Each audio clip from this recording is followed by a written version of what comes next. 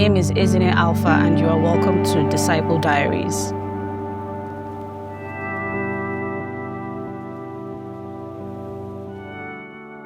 How did my journey with God begin? My journey with God began, I don't remember what year it was. I grew up in a Christian home. I grew up with a mother that had an authentic relationship with God. It wasn't just about going to church for her. We grew up Anglican. So I grew up in the Anglican church. So I believe my journey with God started, ironically, when I decided I wanted to leave the Anglican church. So hindsight is 2020. So I think it was just God calling me. So I joined a non-denominational church. And in that place, I feel like that is when I began my own personal journey with God. Nothing dramatic happened. I just feel like I was sitting in church on Sunday, and if you go to church, you would know, like, on Sundays, they will announce that there's midweek service. And for some reason, that always went over my head. But I just decided, let me try midweek. So I really believe like my journey started when I decided to start going to church more than once a week. I started going for midweek service, and then my church at the time had a discipleship training program. And that I enrolled into that on my birthday, the 31st of January, 2017. It's a date I can't forget. That was the first class we had. And that's how my journey started with God. Did I find anything challenging when I got started? If so, what was the most challenging? Learning to trust God. And what I've come to find out in my relationship with God is you can't trust someone you don't know. So he was always bringing me back to who he is, taking me on a journey through different avenues, just getting me to understand, learn about him. Biggest challenge, learning to trust God, trust that his plans for me are good. Like the dream I had for myself wasn't necessarily what he has for me.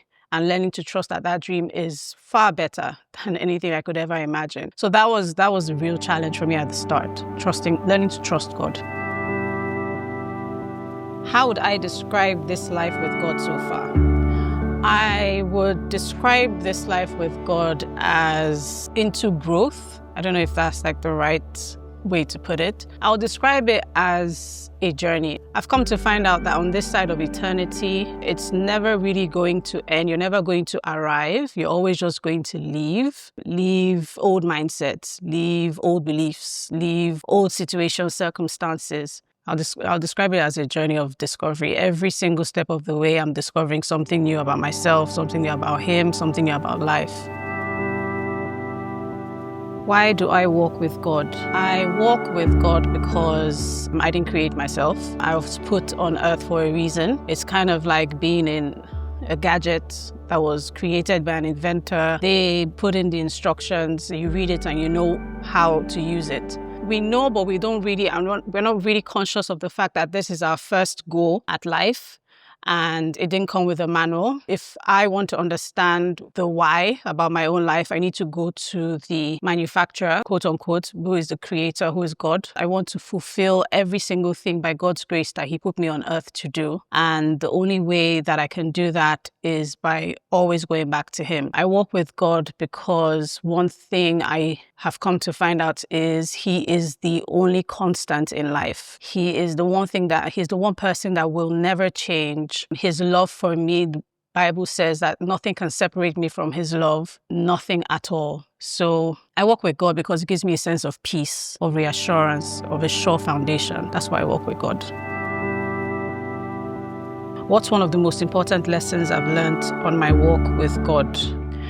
One of the most important lessons I've learned so far, I feel like my lessons evolve. So right now is the fact that God is more concerned with your heart than with the thing. And what I mean by that is that we are so consumed as believers, churchgoers, as Christians about the thing. It's always don't do this or do this. And even in the Bible, there's the law and there's instructions. And yes, they're meant to guide us. But what I've come to find, because this year is the second time I'm reading through the Bible, currently in like Second Kings and Samuel, and I'm coming to see that the thing that vexed God every single time is when they turn away from him. If you look at Solomon, he had like 1,000 wives. He had so many horses, chariots, and there were instructions laid out in Leviticus, I think. I'm not very good with where it is in the Bible, but where it's like instructions on how a king should be, don't marry a wife that is not a believer, like not from Israel. I feel like Solomon did every single thing that God said he shouldn't do, and he was the wisest man. But the thing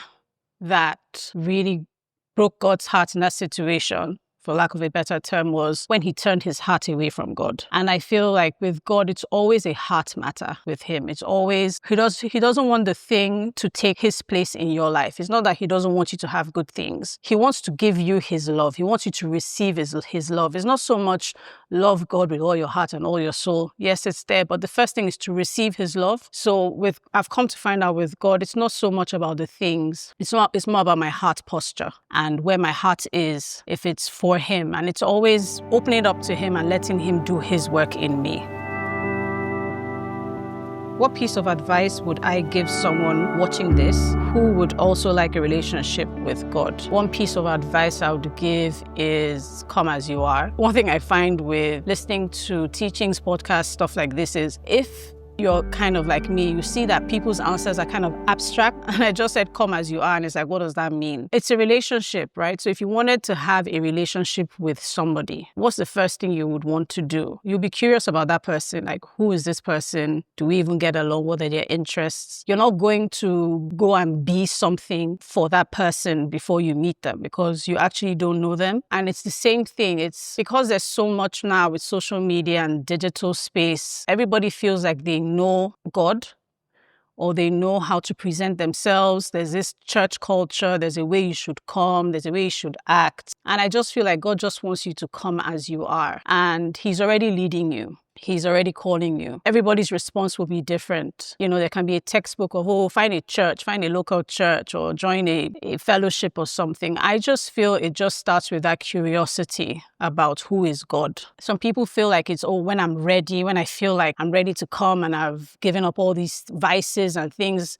that you think are a barrier between you and God. And God really, he sees everything. He knows everything. He knows your deepest, darkest thoughts anyway. And he loves you. He sent his son to die for you, regardless of what it is you have done or where it is you are right now. And it's just that curiosity. Come as you are. Come with curiosity. And I'm very sure in your heart, God is leading you in some capacity. Just follow that and realize that every relationship is unique. God knows your quirks. God knows your unique nature, and he knows exactly how to reach you. Just be open to it. And honestly, just come as you are. My name is Ezinne Alfa, and I'm a disciple of Jesus Christ.